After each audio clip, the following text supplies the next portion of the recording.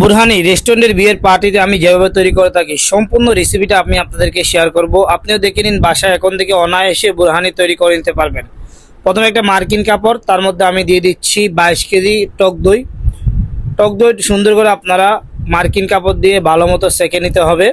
আমি যেভাবে সেঁকে নিচ্ছি এভাবে সবগুলি টক দই সেঁকে নেবেন।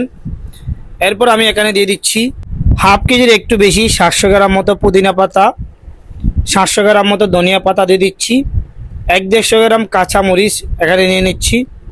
এখানে সুন্দর করে পানি দিয়ে এটি ব্লেন্ড করে নিব। ব্লেন্ড করে আমি মার্কিন কাপড়ের উপর সবগুলি ইনগ্রিডিয়েন্টস দিয়ে দিচ্ছি।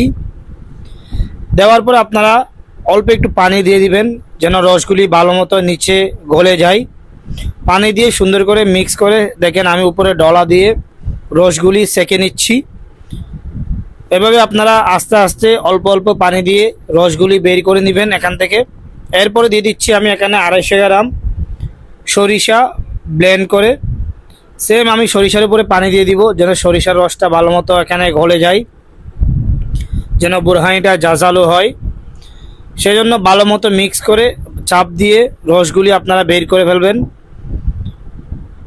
আমি রসগুলি এখনও সুন্দর করে বের করে নিচ্ছি, সবগুলি রস যেন এখানে বের হয়ে যায়, এটা খেয়াল রাখতে হবে।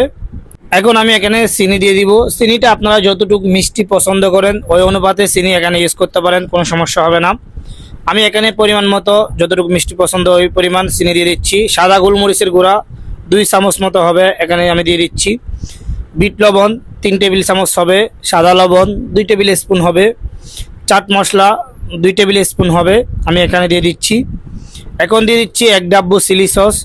এগুলি দিয়ে একটু সুন্দর করে ভালো মতো মিক্স করে নিব যেন সবগুলি ইনগ্রিডিয়েন্টস ভালো মতো গলে যায়, এটা খেয়াল করবেন। ভালোভাবে মিক্স করবেন যেন চিনির দানাদার না থাকে, প্রত্যেকটা ইনগ্রিডিয়েন্টস ভালো মতো মিশে যায়, এটা অবশ্যই খেয়াল রাখতে হবে। এখন আমি এখানে দিয়ে দিব কিছু পরিমাণ আইস। আপনাদের বাসায় যদি আইস না থাকে বুরহানিটা আপনারা বোতলে ভরে ফ্রিজেও রেখে দিতে পারেন, কোনো সমস্যা হবে না। আর এখন লাস্টে দিয়ে দিব বুরহানির লাস্টে ধনিয়ার গুঁড়া এবং জিরার গুঁড়া। আমি এখানে প্রথমে জিরার গুঁড়া নিয়ে নিচ্ছি। জিরার গুঁড়া এখানে 3 টেবিল স্পুন মতো হবে, আর ধনিয়ার গুঁড়া নিয়ে নিচ্ছি সেম 3 টেবিল স্পুন মতো।